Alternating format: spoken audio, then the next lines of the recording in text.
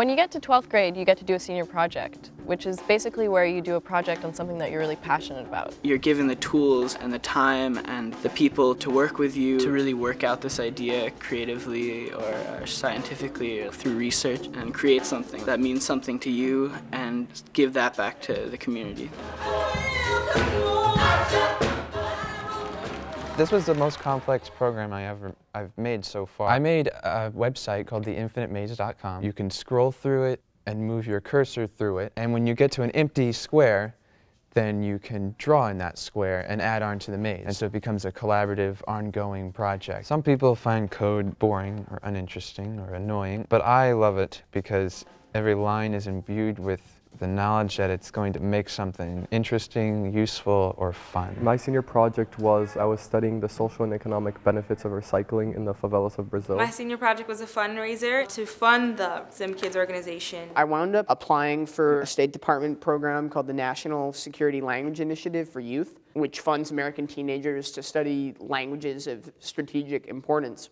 And I'd be spending my summer in Cairo. I wrote about media and democratization in the Middle East. And there's a really interesting connection between the two. Ever since 10th grade, I've been really interested in empiricist philosophy. And David Hume was an 18th century empiricist philosopher and has been linked with philosophers such as John Locke. I've always known that I wanted to create a project that would force me to reflect both internally and externally and address the motto of the school, which is know thyself in order to serve. Political economy, it's called. It's a field that looks into how governments affect economic change and how economies also affect governmental change. I looked at the political machinations of 17th century England and then ancient Egypt. My study was actually written up as a grant proposal. The Stony Brook Southampton wrote it up as a grant proposal, and they're looking to get funding to further expand this study. We exposed a bunch of fish to elevated CO2 levels, lowering the pH. This is one species, and 1,000 parts per million CO2 elevated. And we're seeing a 50% decrease in survival. I focused on jazz as a vehicle for social change. So I wanted to make sure when I was writing my paper that I didn't forget where jazz came from. And when you transcribe something,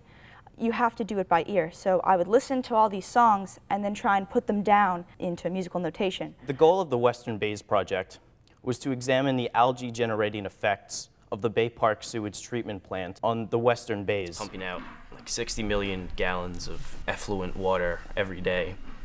And it's just leading to these huge algal blooms which completely take out all the oxygen in the water. My biggest passion is theater.